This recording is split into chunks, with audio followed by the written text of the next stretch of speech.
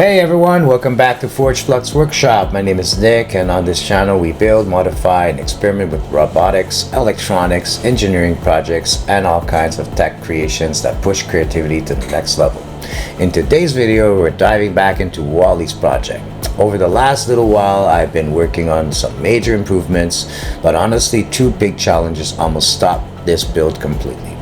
First major issue was the tracking system and the mechanical linkage assembly.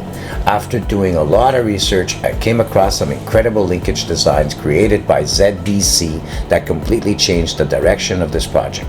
His linkage system solved one of the biggest problems I was having with the track movement and connector stability.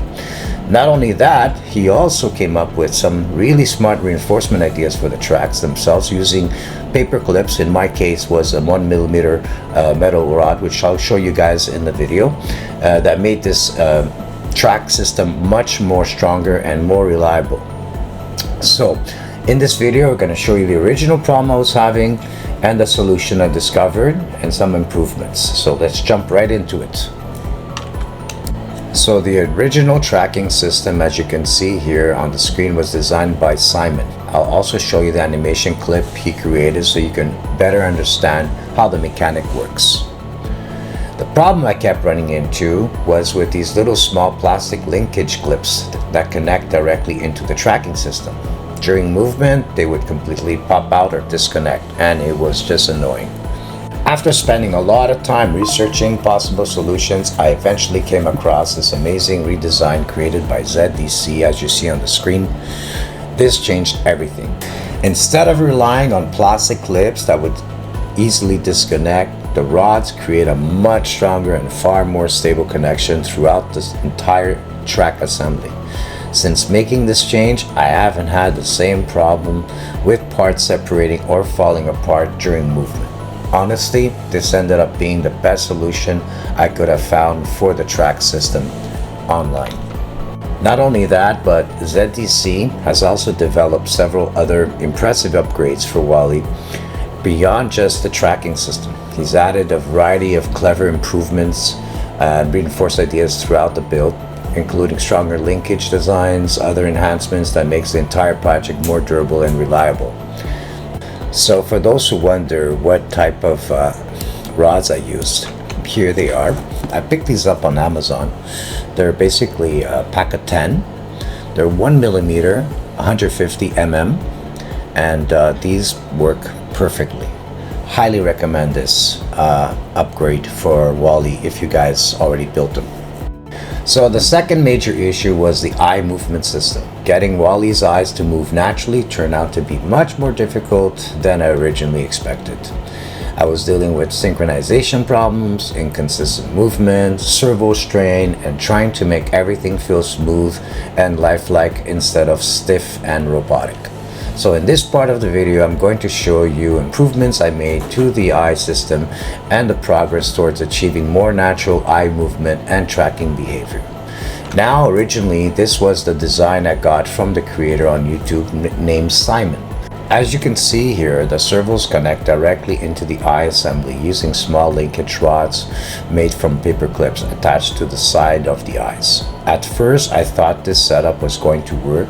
I actually managed to get one eye moving properly, but the second eye kept giving problems. I tried changing the servo horn positions, testing different angles, moving the linkage between different holes on the servo arms, and experimenting with multiple configurations, but nothing seemed to work consistently. The biggest issue was the system kept putting too much stress on the servos, and I ended up burning through multiple servos during the testing. At this point, I realized there had to be another solution. So here is what I came up with. So as you can see here, this is the custom setup I came up with for the eye movement system. What I ended up using were metal rods combined with two servos that I actually mounted and glued directly onto the Wally's neck assembly itself. Instead of positioning the servos on top of the eyes like the original design, I moved them to each side of the neck, which you can see here. I also designed and printed these custom rod connectors that I attach directly onto the eyes and connect everything together. Honestly, this turned out to be a huge improvement over the original setup. Let me show you how it performs. Check out the movement here. As you could see, the eyes move smoothly, exactly the way I wanted them to, up and down, left and right, with no major issues at all. Both eyes are now working consistently and reliably, and the movement feels much more natural compared to the earlier designs I've tested. At this point, I'm really happy with this setup for the type of servos I'm using. I honestly think this is one of the best solutions I could have come up with for this build. Now, of course, if you were using extremely high-end servos, and you could probably keep the original eye mount design without running into the same issues. But for my setup, relocating the servos to be on the neck and using the rod system ended up working perfectly. And honestly, I'm really happy with the final result. For those interested in the linkage setup I use for the eye system, these are the aluminum servo turnbuckle rods I picked up on Amazon. The ones I use are the 47mm version, and I'll put the product image, as you could see here, on screen, so you can order it if you want to do the same modification as I did. Alright guys, that's pretty much it for today's video. Hopefully some of the things I shared today help you out if you're working on a Wally e-build or trying to solve similar issues. And if you enjoyed the video or found it useful, make sure to like and subscribe and hit the notification bell so you can follow along with future projects here on Forge Flux Workshop. Thanks again for watching, and I'll catch you guys in the next video.